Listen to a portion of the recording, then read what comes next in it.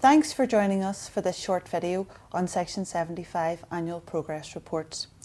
We hope that you'll find it useful, and it should be especially helpful to the equality officers in public authorities who have responsibility for their organisation's Section 75 Annual Progress Report. So what we cover today: we'll cover the purpose of a Section 75 Annual Progress Report, how to draft it, and what to include in it. Hopefully through this short Q&A, we will help you produce a more focused annual progress report and help you to better manage the time you need to prepare it. So just before we start, can I just bring your attention to a number of resources which the Commission has designed to help you to produce your annual progress report. The resources are online. The first is a template which you can use to produce your Section 75 Part A and your Disability Action Plan Part B Annual Progress Report. And in addition to this template, we also have produced detailed advice on how to fill in the template. So now I'm going to ask my colleague Patrice Hardy, who is an Equality Manager here at the Equality Commission, to tell us some more about Section 75 Annual Progress Reports. So Patrice, firstly, what is the purpose of a Section 75 Annual Progress Report? Well, Kelly, the purpose of a Section 75 Annual Progress Report is that a public authority, that an organisation looks at the commitments it has made in its equality scheme and evaluates how well they are doing with those commitments, and are they actually making a difference to people's lives in Northern Ireland. So the other important aspect around the purpose is that public authorities identify improvements that need to be made, and it's absolutely okay to record in annual progress reports improvements that need to be made. We are all about continuously improving what we do and trying to make a difference. So it's not a negative thing to record improvements in your progress report. It's also really important to capture the things that are going well. So what's the good practice? What are you doing well within your organisation around Section 75, and record those so that we can share them with other organisations. So I suppose to sum up on the purpose, it's about saying to yourself, how are we doing as an organisation around our Section 75 commitments, and do we need to do anything differently? Okay, so should public authorities record everything that they are doing as an organisation on equality and good relations? Well, the short answer, Kelly, is no.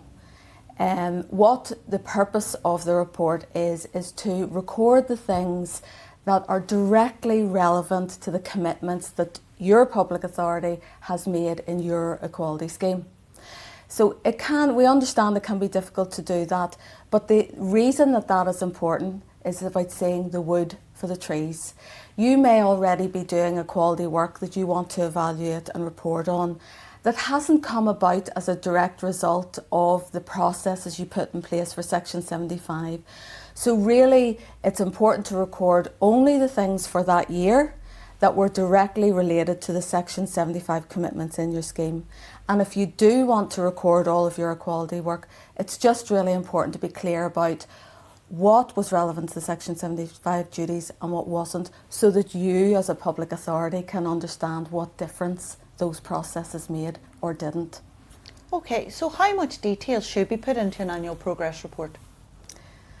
It's different for different organisations depending on the size and nature of your organisation, and also what you do as an organisation, i.e. your functions. So if you're a large public organisation with lots of employees and lots of services to the public, you're much more likely to have a more detailed report than a smaller public authority that has less dealings with the public.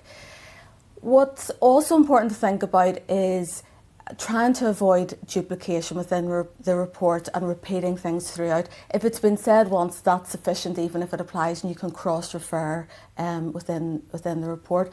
But as I said previously, Kelly, it's not really about the quantity of information, it's about the quality of the information. It's about really trying to drill down, is what we said we would do around Section 75 making a difference? And the only way to assess that is to only put information relevant to the Section 75 duties, and that's really the best way forward in terms of detail. Can you give us some practical examples of how organisations can review or check how well they're implementing their Section 75 commitments in their equality schemes? Well, of course, the starting point will be the equality scheme, and you could simply go through sequentially the questions in the template and sequentially the areas and the commitments that you have in your scheme. But apart from that, I would like to give you three areas that public authorities could think about. The first area is the Commission has produced a leadership checklist around Section 75 and a little simple auditing tool that the organisation can go through the list, and a lot of those list of things are things that you will have in your equality scheme.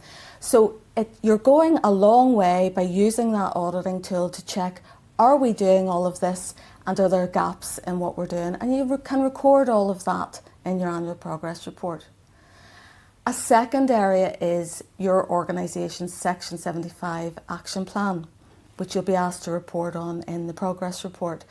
So looking at it and saying, are these actions making a difference? Are they having an impact and outcomes on the Section 75 groups of people in Northern Ireland? And a simple way to report on that is to just add an additional column to that action plan, that little table that you have. Record what progress you feel you're making on actions. Record if you think an action isn't based on evidence and you want to change it and what changes you're making, and simply attach that updated report to your annual progress report.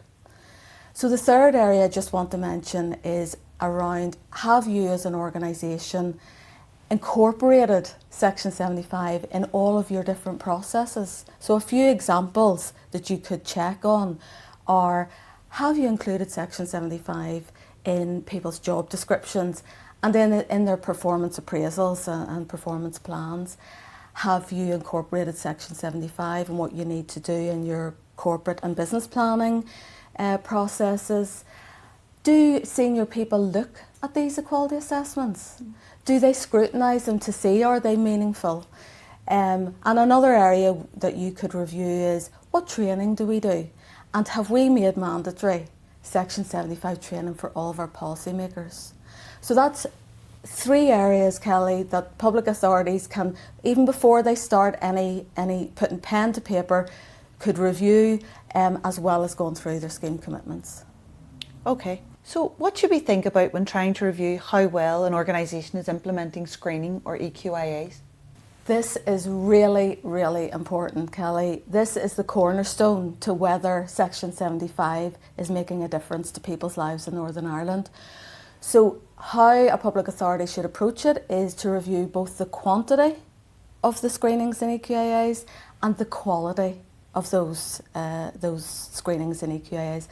And in terms of quantity, it's about asking yourself as an organisation, we're a large organisation, we have 15 different areas of work that we do, but we've only 3 screening exercises this year. You would ask yourself, is that reasonable, or is there something gone awry or something that we need to do differently, that more of this should be happening? And in terms of the quality, which is really important, you're asking yourself, are these assessments meaningful, or are they simply a tick box exercise to be done? And what I mean by meaningful is sampling a few of those screenings or EQIAs and looking at, has the policymaker put evidence in that, have they just put general census related information, or have they put in evidence and information that's directly related to that policy that they're actually assessing the equality impacts of? Have they set out what we would call mitigation? And what I mean by that is, having looked at that evidence, have they decided to make changes to that policy that will actually make a difference, promote equality for those Section 75 groups, and have they recorded that on those screening or EQIA documents? And another example of meaningful is, have they Section 75 monitoring arrangements? So have they written down how we will check as an organisation whether that policy, when we actually adopt it, did it actually have the impact on the Section 75 groups that we intended it to have? And have they those robust monitoring mechanisms? So it's by looking at the quality and the quantity, and then really importantly, Kelly, deciding, do we need to do anything differently? It's back to the purpose. Do we need to do better, more effective training with policymakers and make it mandatory? Do we need to show our policymakers where the data and the evidence, that information I was talking about, is available? And the Commission has actually produced a signposting document recently, which is on our website, that you might want to point your policymakers in the direction of. And also, do they have all of the information about how do you go about setting up Section 75 monitoring arrangements? And again, the advice available from the Commission. Okay. So what should be included when reporting on the organisation's Section 75 related consultations?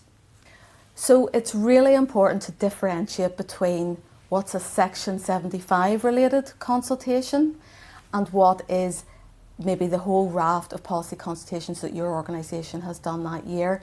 And what I mean by that, by a Section 75 consultation, is any policy where you went out to consultation but you also did an equality impact assessment, a more detailed assessment, and you issued that along with your policy consultation for consultation. You would record that in your annual progress report.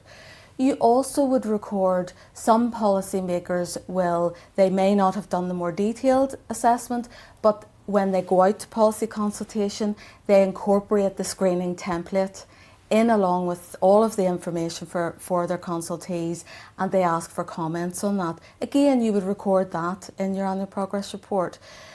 But I would stress there is little point in simply listing all of the policies that your organisation went out to consultation on, and including the ones that there was no screening or equality impact assessment done, because the purpose of listing these is that you as an organisation say, did we actually assess all of the appropriate policies? Have we done sufficient consultation?